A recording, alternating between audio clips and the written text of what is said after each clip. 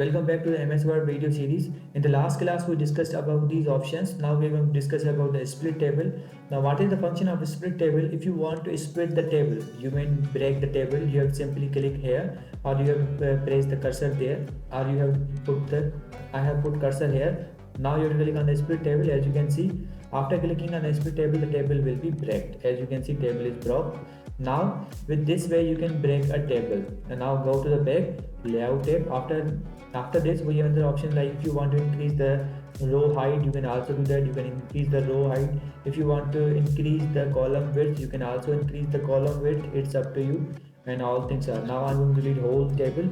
After deleting whole table, I'm going to make a simple table and then go to the layout tab. After going to the layout tab, we have other options like distribute rows and distribute columns. The function of their distribute rows and distribute column is they will make your column and rows equal. For example, these are the width of this column is little bit smaller.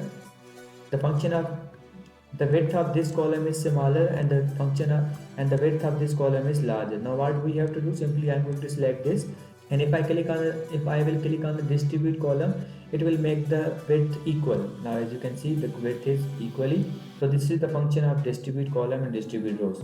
After that we have text alignments. As you can see, I have got the one here. Now you can change the alignments, like here these are 9 alignments of the text in the table. You can manage them as per your need. After that we have another option which is called text direction.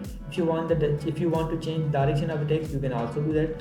Simply you have to write the text here. After writing the text, you have to click on the text direction. The text direction will be automatically changed. As you can see, now this is in another direction. If you want to change the direction again, you can also change that again. As you can see, the direction of the text is changed. If you want to change the direction again, and here the text direction is also changed. So this is the function of text direction. It will change your text direction, and alignments will manage your table, and alignments will manage your content in the table, and they will make your column and rows equal. So these are the functions of this option. After practicing on them, you will understand that how table works and how the options work, and you will learn a lot, and this is also going to be very useful for you guys. So see you in the next video.